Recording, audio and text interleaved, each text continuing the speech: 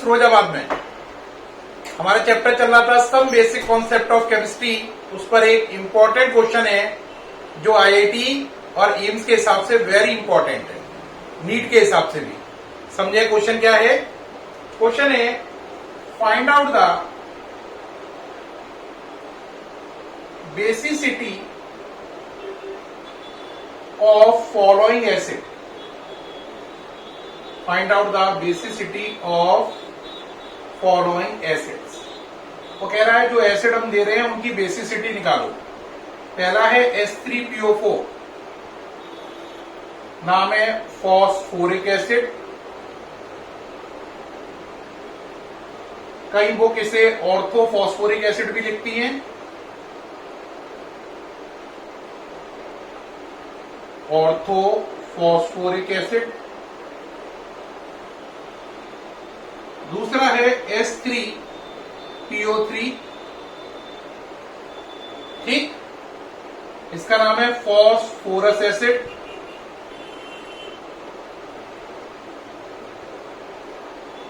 और तीसरा है H3PO2, जिसका नाम है हाइपोफॉस्फोरस एसिड। हाइपोफॉस्फोरस एसिड कह रहा है इन तीनों एसिड की बेसिसिटी निकालिए। उम्मीद है आप पूरा क्वेश्चन देख पा रहे हैं। तीन एसिड हैं, H3PO4, H3PO3, H3PO2। इन तीनों एसिड की आपको बेसिसिटी बतानी है। बेसिसिटी क्या होता है? उस एसिड का स्ट्रक्चर बनाओ, उस एसिड के स्ट्रक्चर में जितने H OH के रूप में होंगे, जितने H OH के रूप में होंगे वो बेसिसिटी होती है ना? ठीक, बेसिसिटी निकालने से क्या फायदा होता है वो भी बताएंगे। देखो भाई, अब करते हैं।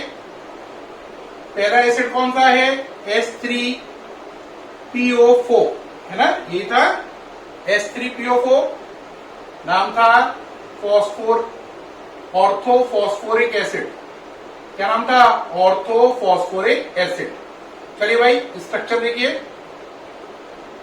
इसमें 3 H है और जो तीनों H हैं वो OH के फॉर्मेट में है।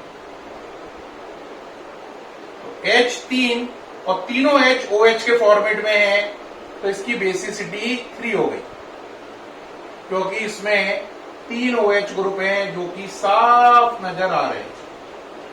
बच्चा कहेगा अच्छा इसमें क्या खास बात है? तो अगला देखो भाई, H3PO3, इसमें H कितने हैं? 3। और आप इसका डिटेल स्ट्रक्चर बनाएं। क्या बनाएं? इसका डिटेल स्ट्रक्चर बनाएं। तो इसमें H कितने हैं? 3 हैं। कितने हैं? 3। अगर आप इसका डिटेल स्ट्रक्चर बनाएं तो ये डिटेल स्ट्रक्चर है। H 3 है, लेकिन OH के रूप में कितने हैं? आंसर दो।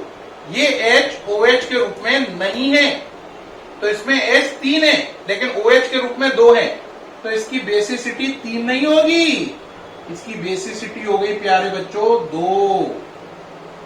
3 नहीं है, 2 है, क्योंकि H तो 3 है लेकिन OH के रूप में 2 ही है, तो इसकी बेसिसिटी 2 हो गई। इसका नाम था फॉस्फोरिक एसिड, इसका नाम है फॉस्फोरस एसिड। Phosphorous acid.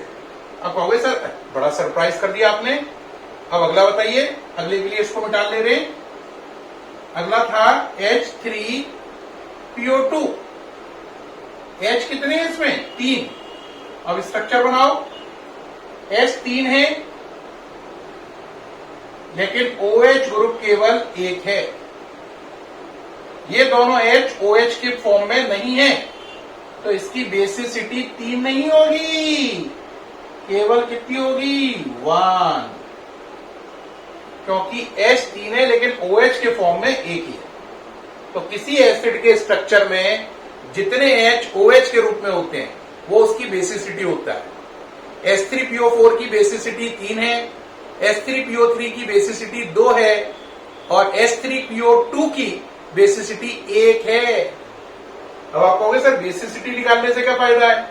बेटा देखो, बेसिसिटी निकालने से फायदा है कि अगर आपको एसिड का मॉलिक्यूलर मास दे रखा है ना, तो उसके मॉलिक्यूलर मास में अगर आप बेसिसिटी का डिवाइड लगा दो, किसका? उसकी बेसिसिटी का, तो उसका molecular mass divide by basicity equal to equivalent mass.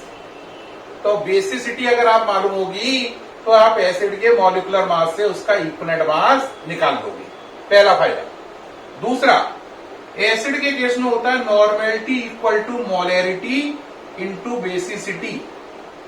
तो अगर आपको बेसिसिटी मालूम हो एसिड की तो आप डायरेक्ट बेसिसिटी को लगाकर मोलैरिटी से नॉर्मेलिटी बना सकते हैं। तो आप कहोगे क्या क्या फायदे हुए? देख लो, दो फायदे हुए। यानी कि पहला फायदा है, अगर हमें बेसिसिटी मालूम हो तो हम एमबी से ईबी निकाल सकते हैं, इक्विवेलेंट मास। और दूसरा फायदा है, मोलैरिटी से नॉर्मेलिटी निकाल सकते हैं अगर बेसिसिटी मालूम हो।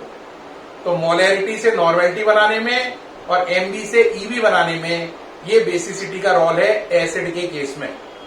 ठीक, बात समझ में आई? और यही बात याद रखना, अगर बेस का केस हो, किसका केस हो? बेस का, तो यहां पर चेंज हो जाएगा। बेस के केस में क्या होगा? EB equal to MB over acidity, या normality equal to molarity into acidity in case of क्या? बेस। तो प्यारे बच्चों, जो मैंने आपको शुरू के 3 केस कराए, ये सामने से हट जाओ, नोट कर रहे हैं? हाँ, जो मैंने आपको शुरू के 3 केस कराए, S3PO4, S3PO3, S3PO2, ये IIT mains, advance, NEET, AIIMS और बोर्ड, पांचों के लिए वेरी इंपॉर्टेंट है। IIT में क्वेश्चन 2 बार आ चुका है, नीट में 2 बार आ चुका है, मेंस में 1 बार आ चुका है ना? बात समझ में आ रहे हैं? तो ये क्वेश्चन वेरी वेरी इंपॉर्टेंट है, चाहे IIT हो, चाहे नीट हो या एम्स हो, सभी में ये क्वेश्चन आ चुका है। और ये याद रखना, बेसिसिटी क्या होती है? बेसिसिटी क्या है? किसी एसिड के स्ट्रक्चर में जितने H OH के रूप में होते हैं वो उसकी बेसिसिटी कहलाती है। बात समझ में आई? जब मैं कभी अकेला IIT बोलूं तो मेरा सेंस जनरली एडवांस से होता है। ठीक है, तो उम्मीद है इस वीडियो से आपको बेसिसिटी का टर्म अल्ट्रा क्लियर हो गया होगा। फिर मुलाकात होगी आपसे नेक्स्ट वीडियो में, तब तक के लिए धन्यवाद।